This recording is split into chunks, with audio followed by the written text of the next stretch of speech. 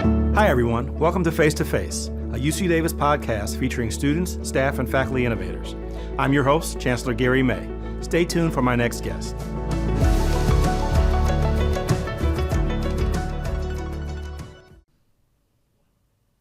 Hi, everyone. Welcome to Face to Face. Today, I'm lucky enough to have two soon-to-be UC Davis graduates on the show.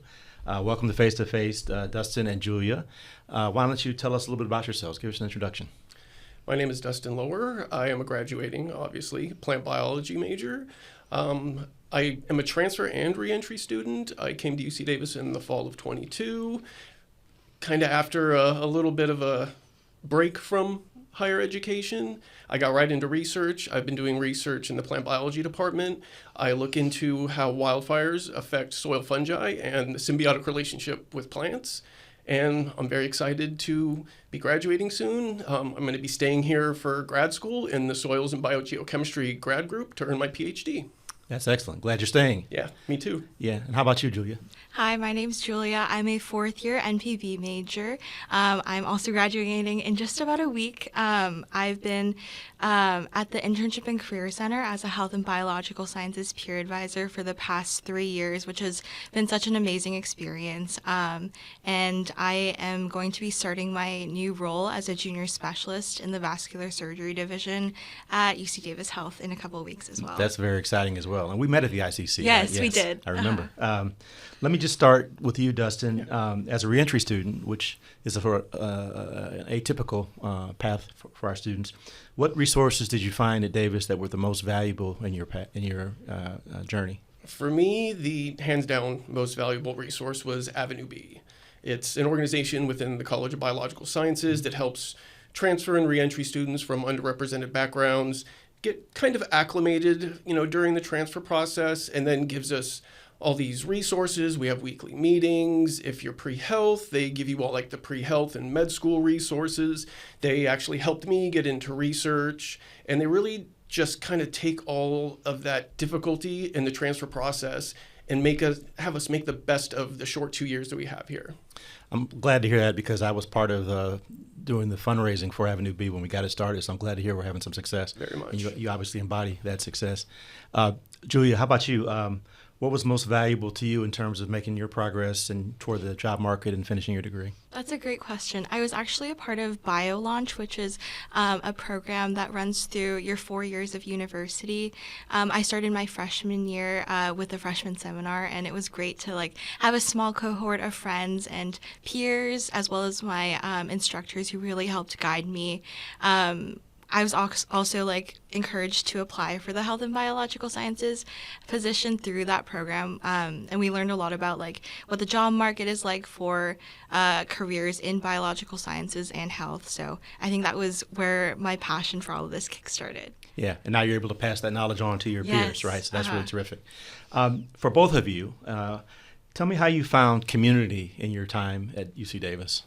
For me, and I'm going to sound like a broken record kind of, but it really came from Avenue B because there's a cohort of 30 transfer students. They bring us in over the summer for 2 weeks. We live in the dorms, and you get to know your cohort, you get to know the campus. You're spending pretty much all day, every day together, and that has been my community the whole time I've been at UC Davis. I've made lifelong friends with pretty much everybody in my cohort, and I think I would have had difficulty in that without Avenue B, being that I'm an older student, a reentry student. You kind of have this feeling like, oh, I'm old. Why would these young people want to be friends with an old man? So Avenue B helped erase that stigma from my mind, and I connected with people who they're just fantastic people, and I'm very glad to know them now. Let me just tell you, Dustin, as a person who just had a big birthday, you're not old. How about you, Julia? How'd you find community? I think for me, it was just taking it slow and just walking around campus, seeing all of the different resources and all of the cool buildings, seeing what's inside of them. So I think that's how I found some of my friends. Also through my classes, I've been able to, make study groups and things like that. So I think just organically within classes and within different organizations. So if you were talking to your first year self, knowing everything you know now, what advice would you give yourself? I would say be nice to yourself. Don't put too much pressure on yourself. You know, you're going to get through it. You're going to do fine. You're going to succeed. And taking your time, especially as STEM majors, it can be very difficult. So mostly just be kind to yourself, not too much pressure, and just enjoy the process, really. How about you, Julia? I would say something very similar, to really pace yourself, because it is a long road ahead with all of your classes and extracurriculars that you might be interested in. So finding that community and that space for you to kind of say what's on your mind to your friends, or be able to make study groups and things like that to kind of have that community around you, I think would be great. Is there anything you would do differently? Me personally, no. Everything, to my surprise, worked out better than I could have hoped. I came here just, saying, okay, you're finally, back, gonna get your degree, just get your bachelor's degree, and I would have been content with that. But getting into research, doing well in research, getting into grad school, I have a fellowship from the National Science Foundation, the Graduate Research Fellowship, which I applied for just because I was like, it'll be good experience, and then maybe after my first year of grad school, I'll be better qualified. I ended up getting that on my first try, so I think everything that's happened has, for me anyways, just been perfect. I couldn't have asked for a better experience. Congrats. That's impressive. Thank you. Anything you do differently, Julia, or are you pretty satisfied? Yeah, during my first year, although we were online for it, I think I would tell myself to be a little bit more extroverted. I'm a very introverted person naturally, but to just put myself out there and not be afraid to connect with different people, look at all the resources that are on campus that are able to help us in any way that might be, finding tutoring centers or places that you can work. So I think starting off early would be one of my tips for myself or any new students. I'm a fellow introvert. Most people Yes. don't believe that. But I think introverts, we get our energy from inside, not from other That's people. true. That's all that means. What are you most excited about post-graduation? I'll start with Julia this time. I think for me, it would be just starting my new role as a junior specialist. It's something that I've wanted to do. I've wanted to be a part of the research sphere in a way. Although I am still interested in pursuing medicine, I think continuing my passion for research that I started in undergrad would be something that I'm most looking forward to. I'm sure it'll be a big era of transition, but I'm very excited. Yeah, Dustin? I think just getting into my graduate research, figuring out what I want to do my PhD in, being one of the more senior members of my lab and mentoring the undergraduates in my lab so they can have, a fantastic undergraduate research experience that I had. And now that I feel like I've accomplished my initial goal, just trying to continue to inspire people who may be in the same position that I was in, thinking, oh, well, I'm never going to have an opportunity to go back to school. And now that I did it, I can relay my story to them and hopefully inspire others to do the same thing that I did. Great. And how do you think your undergraduate degrees have prepared you for what's next? For me, I think it couldn't have been a better track. The plant biology department, is one of the best in the world. And it's given me a really strong base of knowledge to be able to do the exact kind of research that I want to do, and has helped me succeed in the lab, and has given me all those foundational skills and knowledge to be able to get into grad school and get the fellowship and just achieve more than I ever dreamed that I would. For me, I think it would be like kind of using what I learned from undergrad, both the interpersonal skills and also the rigor of the classes that I've taken, in order to kind of propel myself forward in these next steps. I think having a strong basis of like biological sciences knowledge as well as my NPV degree has really helped me see the vast things that the human body and all of the world can offer. Yeah, there's lots in store for you, a very broad set of opportunities for both of you, I think, going forward. I'm going to transition to a feature that we do in face-to-face that it's called Hot Seat. And what it is I'm going to ask you some fairly rapid-fire questions, and I'm looking for a one-word, one-sentence kind of answer. So just a brief, short answer. Ready? Ready? Yes. Okay, here we go. Which egghead do you relate to the most? Oh, I don't know the names of the eggheads. You can describe it. The one with its face down in the book. I think it's called Bookhead. Bookhead. Yeah. The one in front of the library. Yeah. I would say the one that's like upside down on its head. Uh-huh. That one. Yeah. Oh, what is that one called? Someone will correct me. I need to learn the names now. Yeah, I should know them. We're having a whole year around the eggheads, and I should know all the names. But anyway, Favorite destination to travel? Alaska. Tell me why. I was born in Alaska. Okay. And I just loved it. You like going home? Okay, yeah. Julia? I love all of the national parks. My family and I used to go camping a lot. So recently we went to Yosemite. It was really beautiful there. So I would say there. Okay. Favorite hobby? Sculpture. Really? Oh, Yes. I'd say swimming. Okay. I was on the high school swim team. So You're a that was competitive fun. swimmer. Not really. But yeah, I just swim for leisure, but it's really nice to get in the water and like refresh. It's great exercise. Uh-huh. And what have you sculpted, Dustin? I've done a ton of different mediums. I've taken 3 different sculpture classes here. I'm actually now in ceramic sculpture. I was in the class that you visited last quarter, the intermediate sculpture class. Oh, were you in there? Yeah. Uh-huh. So I got to do some metalworking like you did. Yeah. And yeah, I actually really enjoyed metalworking. It's a skill that I always wanted to acquire and never really had the opportunity. So I'm glad that I was able to gain that knowledge here at UC Davis, and I plan to continue that in the future too. Great. Best movie you've seen recently? Oh, what?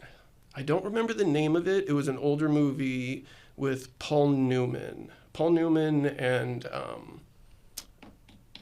man, it's like a spiritual predecessor to I'm totally drawing a blank on the name. But Okay. it's a spiritual predecessor to Butch Cassidy and the Sundance Kid. Oh, okay. Yeah. Okay. Yeah. How about you, Julia? I really need to watch more movies. I haven't been entertaining myself. These have been past week 8, 9, and 10 have just flown by. So, but it's something that I hope to get into in the summer again. Okay. Anything else? Maybe something you streamed or Let's concert see. or reality Come back show? to me on that one. Bio majors, we don't have a lot of Yeah, time for movies. I'm and sensing shows. that. Yeah. Okay, I always ask about music. Give me your song for the summer. It's called "Time Keeps on Slipping" by Deltron 3030. Very familiar. Yeah. I think mine would be Overdrive by Conan Gray. Okay. It's just fun. It's like very upbeat, kind of just a summer vibe. I think it came out a couple years ago, but it's Okay. fun. Yeah. Good. Now we're going to transition, and now it's your turn to ask me a couple of questions. So I don't know who wants to go first. Go ahead and go first. Okay, sure. I was wondering how you find mentors in the workplace. Now that I'm graduating, I'm kind of interested in learning about that. I think that's really important. If you look at people that have been very successful, like CEOs and others like that, you ask them what was the key to their success, they'd say having a mentor was really important. So I'm glad you asked. And I'd say you first let people know you're looking for some support and mentoring, and try to do the networking events, the ERGs and things that the companies offer, employee resource groups that are offered. Go to some of those events and try to meet some of the senior staff or senior supervisory staff that are there at wherever you're working. And I think if you make yourself available and people know that you're interested, you'll find a good mentor. As a staunch advocate for transfer students and reentry students and just Avenue B and the Avenue programs in general, I'm just curious if the university has done any research, particularly into the efficacy of these programs, because I have my own personal experience and I think they're very helpful and very necessary, but I want to know if there's any qualitative and quantitative research that's been done. Yeah, a little bit. I would say, so all of the Avenue programs, Avenue E was the first one, that's engineering, Avenue B, biosci, and there's an Avenue M for the medical students. They've all had some degree of success and met our expectations. In Avenue B's case, 87% of the Avenue B students that go through the program do in fact enter STEM fields, so we think that's one measure of success. And the graduation rates are also reasonably high, so we're also always looking for other disciplines to have avenues as well. So I'm very pleased with those programs. Good question. Thanks for asking. I have another question for you. You kind of asked this to us, Chancellor May, but I was wondering if you could go back in time, what advice you would tell your recently graduated self? One of my regrets is, and this is something that still could be corrected, but I've never learned a language. So I would love to learn some languages, and whether it's as a recent graduate or during my undergraduate years, I wish I would have taken more time to learn another language. What language would you like to have learned? Oh, good question. There's many. There's certainly, I think the most practical language that would be useful for me in my current role would be Spanish, right? But I think there are others that I would like to know just because they're interesting. Japanese, for example, some of the native African languages like Swahili and things like that. I would be interested in learning. So, Very cool. yeah. Anything else? Yeah, I'll ask one more question. So as I mentioned earlier, I've been involved in the arts department here at UC Davis. And I noticed there is a lot of overlap between traditional STEM disciplines and the arts, a lot of like interests that overlap between art students and STEM students. And I've also been reading lately about they've been encouraging people to include arts in STEM and kind of rename it STEAM. So I just wanted to know, how would you feel about like encouraging more official collaboration between the arts department and then the more traditional STEM departments? Oh, actually, I'd be really supportive of that, Dustin. We actually had a program here called SHAPE, which I think has concluded, but the idea of SHAPE was to pair faculty from the STEM fields and some of the humanities, social science, and arts to develop courses and projects and programs. And I believe the program was reasonably successful. We'd like to continue to do things like that going forward because I think that helps shape the whole person, the whole student. Absolutely. So we'd be very supportive of that. So Excellent. Great question. You guys both have asked really good questions and made me think. And I want to thank you for being here. I really enjoyed the conversation and wish you the best going forward. Looking forward to shaking your hands as you walk across the stage. And I want to thank everyone for watching. And we'll see you next time on Face to Face. Go Ags.